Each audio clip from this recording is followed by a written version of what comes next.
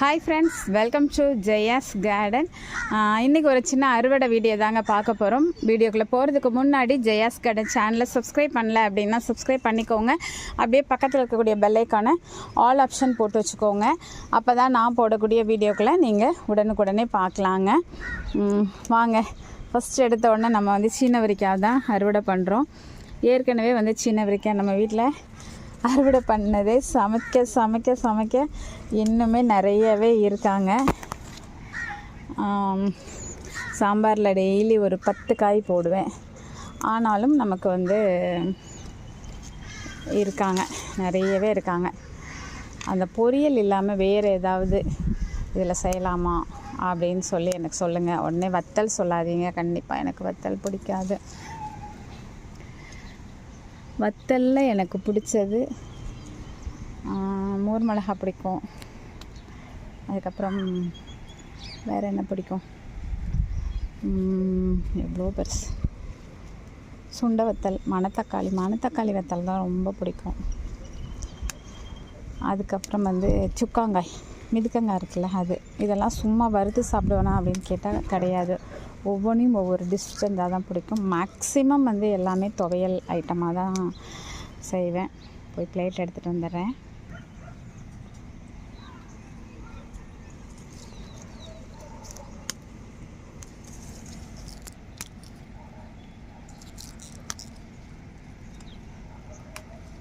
வழியே இல்லை, பொரியல் வச்சு ஆகணும் போல்.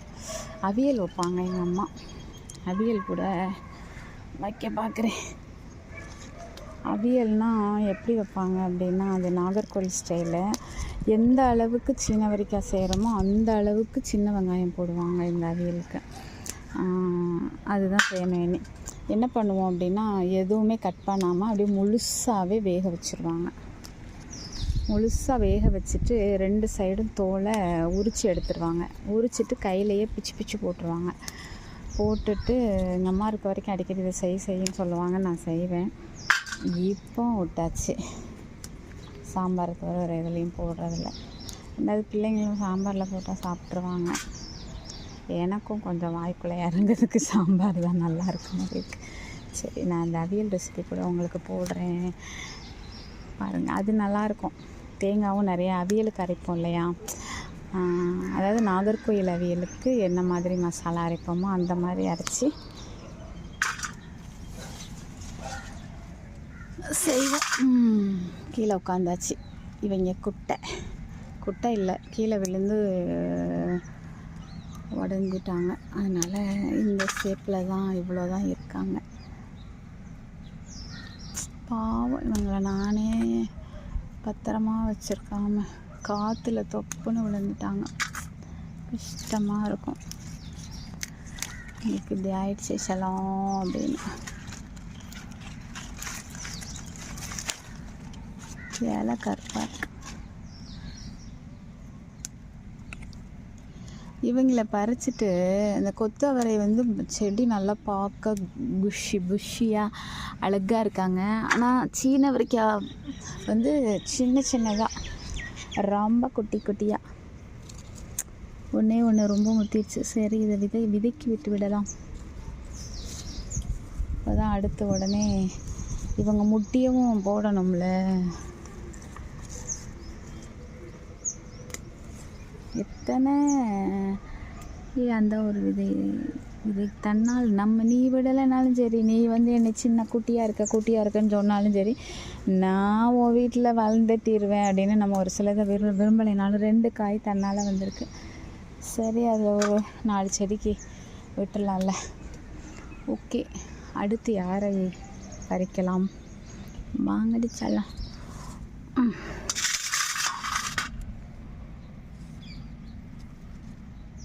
மாவு பூச்சி தொல்லை.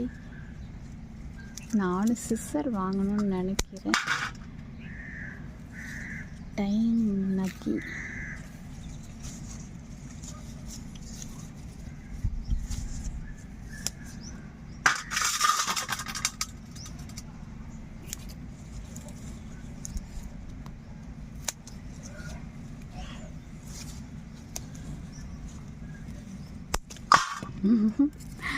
தாட்டில் தோப்பன விழுந்து டொம்மு டிம்முன்னு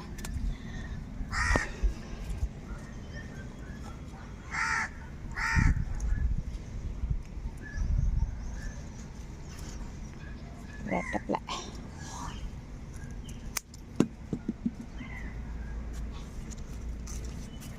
இல்லை குண்டு குண்டு நல்லா கையை வச்சா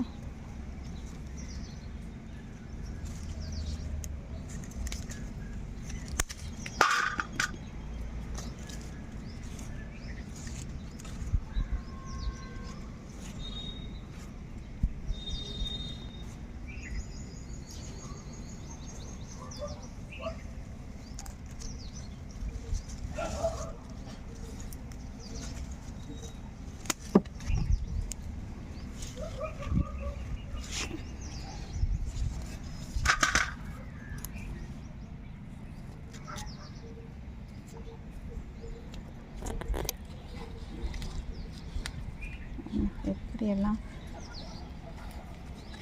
காயில்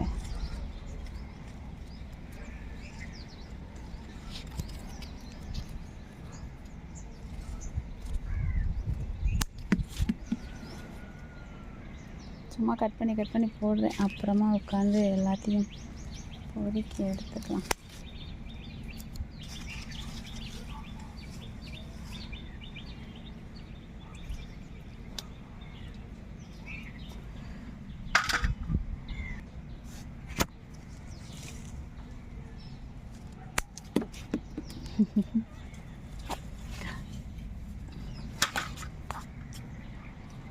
வேறு எங்கே இருக்கீங்க செல்லக்குட்டிங்களா?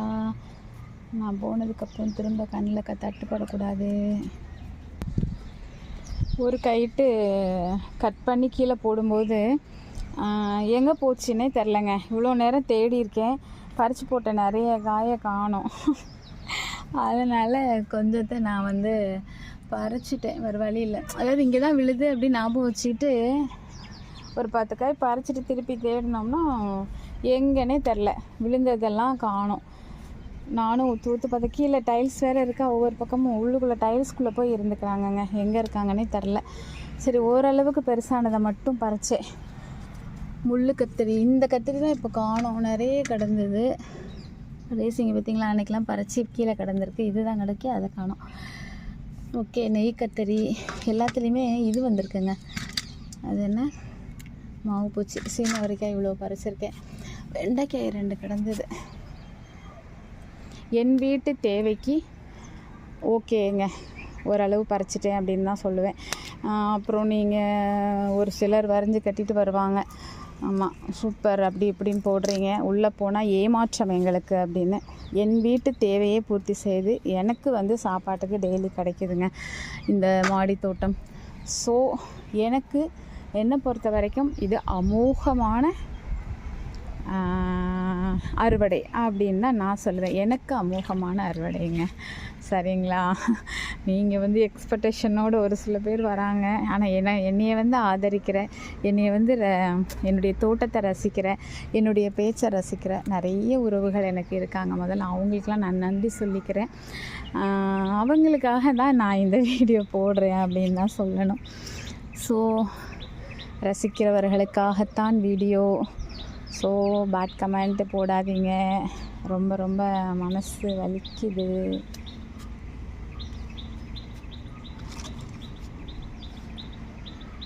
ஒரே ஒரு காராமணி, நான் என்ன பண்ணட்டும், இன்னும் கொஞ்ச நாள் ஆனால் தான் வரும். அதுக்குள்ளே நான் ஒன்று வருதுங்கிறதுக்காக நான் காமிக்காமலும் இருக்க முடியாதுல்ல. ஸோ நான் காமிச்சிட்டேன். இங்கே 2-3 சின்னதாக ஒரு குட்டை காராமணி இருந்தது. அப்போ தண்ணி ஊற்றுறப்ப பார்த்தேன், இப்போ காணோம். நான் என்னங்க பண்ணட்டும்? மிதுக்கங்காய் எல்லாம் ஒன்று தான் இருக்குது. அதுக்கு நான் என்ன பண்ண முடியும்? ஒன்றும் பண்ண முடியாது. இங்கே பாருங்க, ஒரு வெள்ளரி தான் இன்றைக்கி வந்திருக்காங்க. சில நாள் 4 வருவாங்க, இன்றைக்கி 1 தான் வந்திருக்காங்க. ஸோ என் வீட்டுக்கு போதும் தானே. இந்த ஒன்று இருக்குது. ஓகே, அப்புறம் இந்த வீடியோவில் நான் இன்னொரு விஷயத்தையும் நான் சொல்லியே ஆகணுங்க கண்டிப்பாக. இந்த வரேன் இது வேறு இந்த ஒரு வெள்ளரி இருக்குது பாருங்கள். அச்சோ பாருங்க பெருசாயிட்டா. எதுக்கு தான் அப்படி ஒளிஞ்சிக்கிட்டு பெருசாகிறீங்களோ தெரியல. ஏற்கனவே ஒன்று பெருசாக பறிச்சிட்டு உள்ளே வச்சுக்கிட்டேன். ஏன்னா அவியல் வைக்கிற அன்றைக்கி அதை போட்டுக்கலாம். ரொம்ப பெருசானா பிடிக்கல, அதனால் போட்டுக்கலான்னு வச்சுட்டேன். ஸோ இன்றைக்கி அறுவடை வீடியோ காமிக்கிறோம். அப்புறம் நிறைய காமிக்காமல் தனித்தனியாக ஷார்ட்ஸில் போட்டால் மக்கள் வந்து இதெல்லாம் ஒரு அறுவடை, இதுக்கெல்லாம் ஒரு வீடியோவான்னு கேட்டுருவாங்கங்க. என்னங்க பண்ணுறது? ஸோ என்ன அடிச்செல்லாம் உள்ளுக்குள்ளே போய் மாட்டி கிடக்கிற இரு வரேன், உனக்கு விடுதலை தருகிறேன்.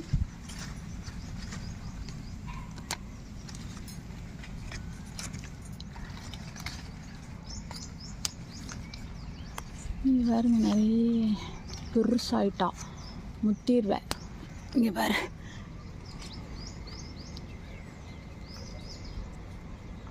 எனக்கு மேலே போயிட்டா. ஓகே, இந்த அறுவடை என்னையோட முடிச்சிடலாம். ஏனென்றால் கொஞ்சம் கத்திரிக்காயெலாம் எங்கேயோ காணாமல் போயிடுச்சு. ஸோ அதெல்லாம் நான் விட்டுட்டேன். பார்க்கலாம், ஈவினிங் வந்து கூட்டுவேன் பார்த்தீங்களா, அப்போ கிடைக்குதான்னு பார்ப்போம். இன்றைக்கி ஈவினிங் கூட்டுவேன்.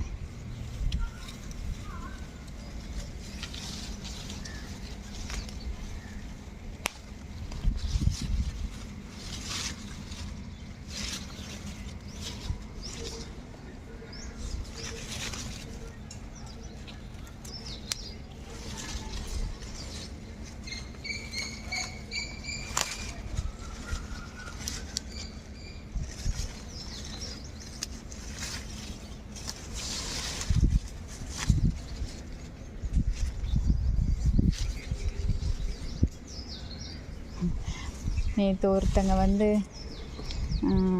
சேல்ஸ் கூட பண்ணுங்க, நாங்கள் வாங்கிக்கிறோம், நீங்கள் தோட்டத்தில் பறிக்கிறத பார்க்க ஆசையாக இருக்குது, நீங்கள் ஃப்ரீயாக கூட தர வேணாம், காசுக்கு கொடுங்க, சேல்ஸ் அப்படின்னு வந்துட்டுன்னு வச்சுக்கோங்களேன். இப்போ நம்ம வந்து சும்மா ஆசையாக கொடுக்கறது வந்து ஒரு 4 காய் எல்லாத்துலேயும் 4 காய் போட்டு கொடுத்துர்லாம் ஒரு பையில். ஆனால் எல்லா காயும் நிறைஞ்சிருக்கிற மாதிரி நம்ம கொடுத்துர்லாம். எது நிறைய இருக்கோ அதை மட்டும் ஒரு பொரியலுக்கு கொடுத்துட்டு மற்றதெல்லாம் ஏதாவது ஒரு குழம்புக்கு கொடுக்குற மாதிரி எல்லாத்துலேயும் 4, 5, 10ன்னு போட்டு ஒரு பை நிறைய கொடுத்துர்லாம். அது வந்து கிஃப்டாக போயிடும், அதில் எந்த ஒரு இதுவும் வராது.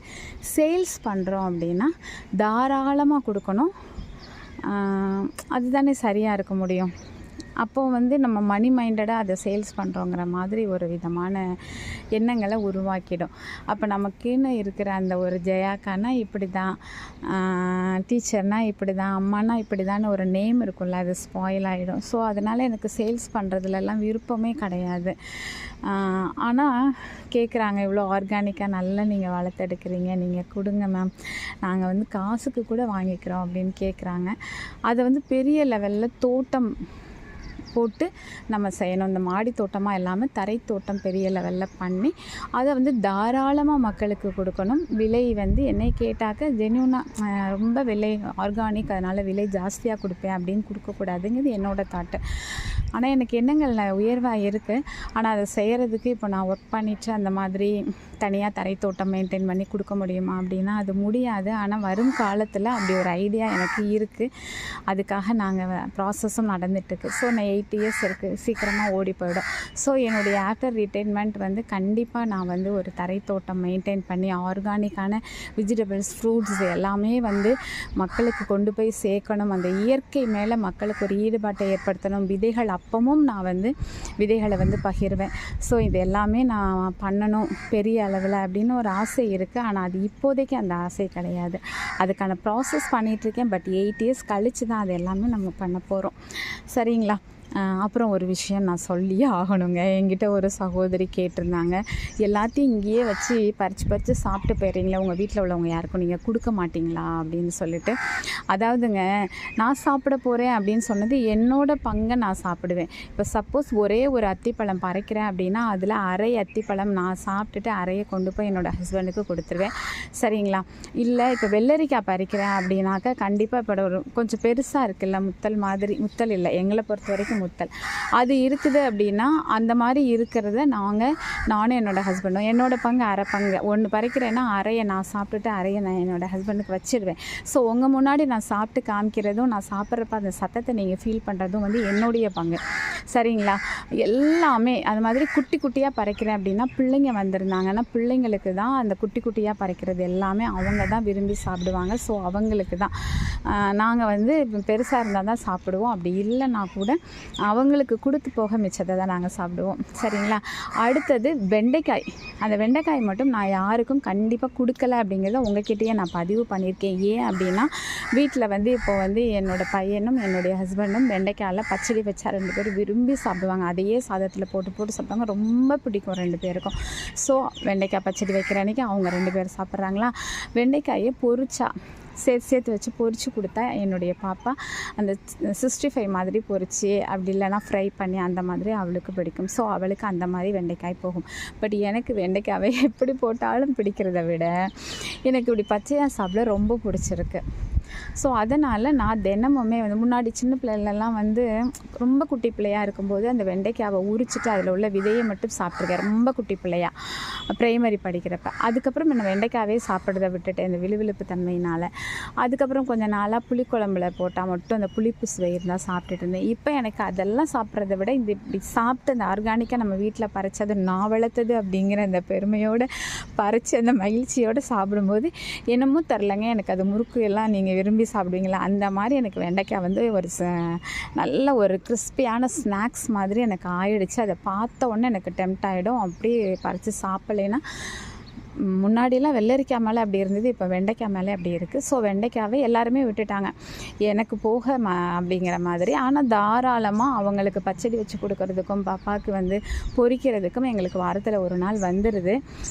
அது போக குழம்புல அப்பப்போ போட்டுக்குவேன். நான் வந்து டெய்லியுமே 2 or 3 சாப்பிட்ருவேங்க டெய்லி. ஸோ யாருக்கும் கொடுக்காம மாடி தோட்டம் வச்சுட்டு நானே எல்லாத்தையும் சாப்பிட்டுட்ருக்கேன் அப்படின்னு சொல்லி கண்டிப்பாக தப்பாக நினைக்காதீங்க. நான் சாப்பிட போகிறேன் அப்படின்னு நான் சொல்கிறேன்னா நான் என்னுடைய பங்கை தான் சாப்பிடுவேன். ஏங்க நம்மளுக்காகவும் மட்டுமாங்க நம்ம எல்லாம் செய்வோம். நம்ம குடும்பம் அப்படிங்கிறதே வந்து சுயநலத்தை எடுக்கிறதுக்காக நான் ஒரு என்ன சொல்கிறது ஒரு அமைப்பு தாங்க குடும்பம். ஸோ நம்ம குடும்ப தலைவியாக இருக்கிறோம். நம்ம எப்படிங்க மற்றவங்களுக்கு கொடுக்காம சாப்பிடுவோம்? நம்ம மற்றவங்களுக்கே கொடுக்கும்போது நம்ம வந்து நம்ம வீட்டில் உள்ளவங்களுக்கு கொடுக்க மாட்டோமா என்ன?